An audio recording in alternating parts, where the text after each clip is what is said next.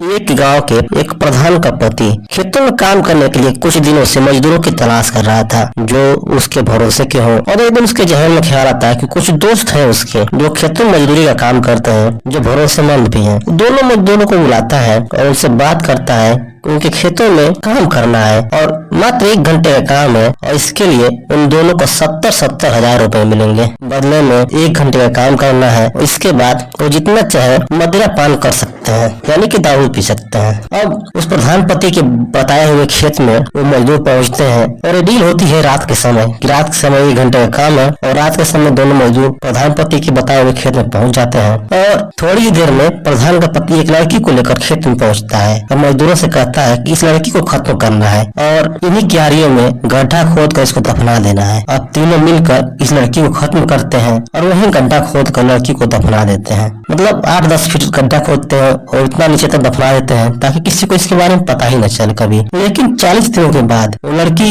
बाहर निकल जाती है और जब इनके कहानी के बारे में सभी लोगों को पता चलता है तो लोग हैरान हो जाते हैं। नमस्कार दोस्तों, ये सच्ची कहानी है बदायूं की। थाना क्षेत्र पड़ता है दातागंज और गाँव का नाम है हासिमपुर। हासिमपुर का रहने वाला एक व्यक्ति है नूर हसन, जो अपनी भांजी की कई दिनों से तलाश कर रहा था और 2-3 दिन बीत जाते हैं तलाश करते हुए। आखिरकार हार मानकर अपने एरिया के थाना में जाता है, दातागंज थाने में जाता है। वहाँ पे शिकायत करता है कि भाई मेरी भांजी इतने दिन से गायब है, घर नहीं आई। उसके बारे में सारी बातें बताता है कि भांजी का नाम मुस्कान है, उसकी उम्र 28 साल है और वो ऑर्केस्ट्रा में डांस करती है। उसका एक 3 साल का बच्चा भी है। अब इतनी बातें सुनते हैं पुलिस वाले तो कहते हैं कि जाओ तुम्हारी भांजी घर आ जाएगी, या हो सकता है किसी के साथ वो भाग गई हो, बाकी हम देख लेंगे। अब ये सब करके नूर हसन घर आ जाता है लेकिन बेचैन रहता है, बार बार थाने जाता रहता है क्योंकि बच्चा होता है, परेशान रहता है। कोई कार्रवाई नहीं होती है, पुलिस वाले कुछ भी नहीं करते। धीरे धीरे 8-9 दिन बीतते हैं और एक दिन नूर हसन के मन में एक ख्याल आता है कि एक नाम है, हो सकता है कि वही व्यक्ति मुस्कान को गायब किया हो। थाने में जाता है, इसके बारे में बताता कि एक व्यक्ति है, हो सकता है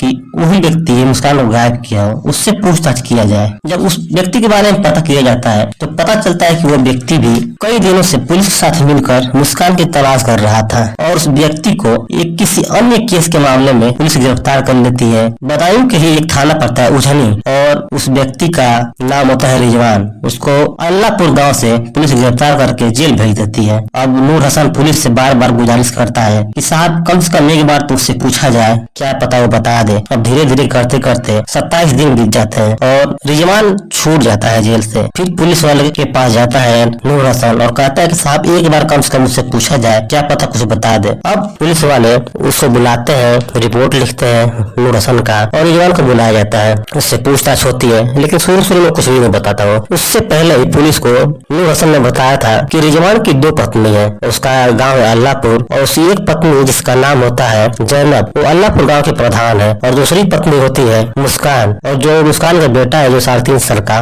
वो किसी और का नहीं बल्कि रिजवान का ही होता है। ये सारी बातें सुनकर पुलिस हरकत में आती है और रिजवान को बुला लेती है, उससे पूछताछ होता है लेकिन शुरू ना करता है। फिर सबकी से पुलिस जब पूछताछ करती है तो सब कुछ बताने को राजी हो जाता है। बताता कि 2020 में एक ऑर्केस्ट्रा में रिजवान और मुस्कान से मुलाकात हुई थी। मुस्कान काफी खूबसूरत थी, डांस भी अच्छा करती थी, इस वजह से रिजवान उसका दीवाना हो जाता है। मुस्कान जहाँ भी डांस करने जाती थी रिजवान वहाँ पहुँच जाता था। धीरे धीरे दोनों में दोस्ती होती है और दोस्ती धीरे धीरे प्यार में बदल जाती है। फिर 2021 में दोनों शादी कर लेते हैं। इसके बाद मुस्कान घर रहने लगती है और रिजवान हर महीने मुस्कान को 10,000 रुपए खर्च दिया करता था। और वक्त बीतता है और मुस्कान को एक बच्चा हो जाता है जो 3 साल का हो जाता है। अब उससे खर्च बढ़ जाता है तो खर्च और बढ़ाने के लिए मुस्कान दबाव देती है कि अब 10,000 रुपए से कुछ नहीं होगा और खर्च और बढ़ाना पड़ेगा। और इस वजह से परेशान होकर रिजवान उसको खत्म करने का ही प्लान बना देता है। इसके लिए काफी दिनों से मजदूरों की तलाश कर रहा था और मजदूर मिल जाते हैं उसके भरोसे के, उसके दोस्त होते हैं। उनको अपने झांसे में लेता है, पैसों को लालच देता है और अपने खेतों में बुला लेता है उनको